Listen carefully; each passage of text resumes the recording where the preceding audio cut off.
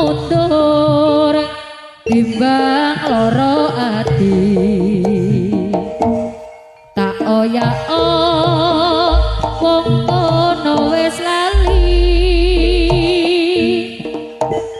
pancen wis nasibku iki tandur becik nukule kok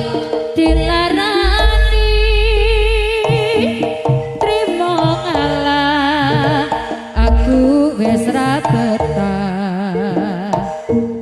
tak tangisono malah mung gawe susah karepe wis ngajak pisah karo aku wis ra karep omah nangis aku isin senadyan lara ing batin